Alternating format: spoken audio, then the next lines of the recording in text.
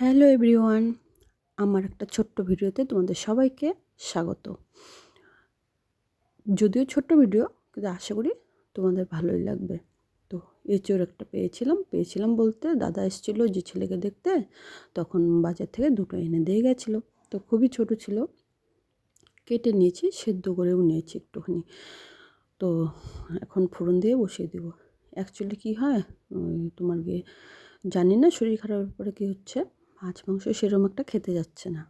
তো ডাল শাক এগুলোই বেশি করা হচ্ছে। তো এই জন্য কাঁঠালটা এনেছিল জন্য আমি বললাম কাঁঠালটাই করি। তো একবার বলেছিল যে চিংড়ি দিয়ে খেতে, আবার নিজের থেকেই বলছে খাবো না, ভালো লাগছে না। তো সিম্পলভাবে যেরকম হয় কাঁঠালটা সেইভাবেই করলাম।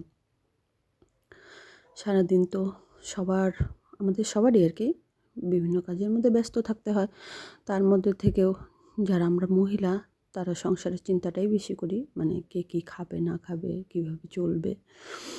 তো আমারও চেষ্টা ওরমই থাকে। আর অ্যাকচুয়ালি আমি যেহেতু মা ছাড়া বড় হয়েছি, আমি আমার বাচ্চাদের বিশেষ করে ওরা মুখ দিয়ে যেটা বলে তার বাইরে যাই না। তো ধীরে ধীরে ডালটা আগেই করে নিয়েছিলাম। তো এটা কিন্তু খুব সকাল, মোটামুটি 8:30টার মতো বাজে। তো ডাল হয়ে গেছে, এটা করে আমি একটু পাঁপড় ভেজে ছেলেকে খেতে দেবো। ওই যে বলছিলাম না এক্সাম চলছে, তো এক্সাম আছে আজকে।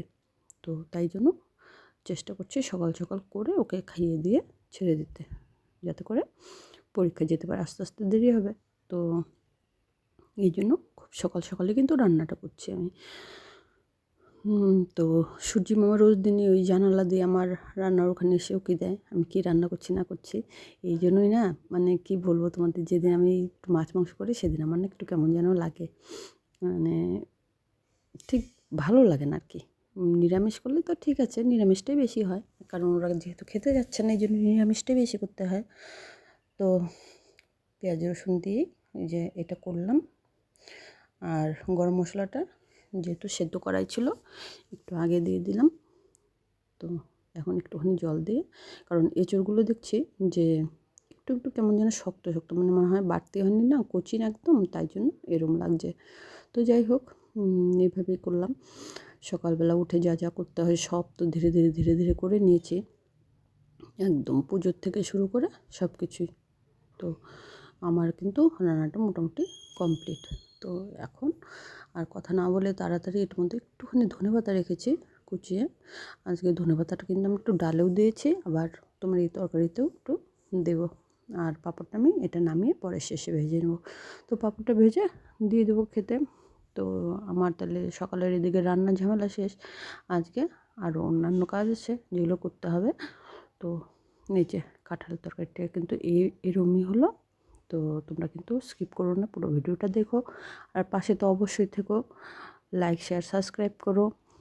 আর যা যা রান্না করেছিলাম সব ধীরে ধীরে বেড়ে দিব এখন, যাতে করে খেয়ে ধীরে সুস্থে যেতে পারে। তো চলো, আর কি বলবো, যে যেখানেই থাকো ভালো থাকো সুস্থ থাকো এই কামনাই করি। আর ভিডিওগুলো যদি ভালো লেগে থাকে তো অবশ্যই বলবো একটা করে লাইক দিয়ে দিও। তোমাদের একটা লাইকে আমার অনেক কিছু উপকার হবে। আর পারলে কমেন্ট করো কেমন হয় না হয়। তো চলো টাটা, সবাই খুব খুব ভালো থেকো আর আমার পাশে অবশ্যই থেকো।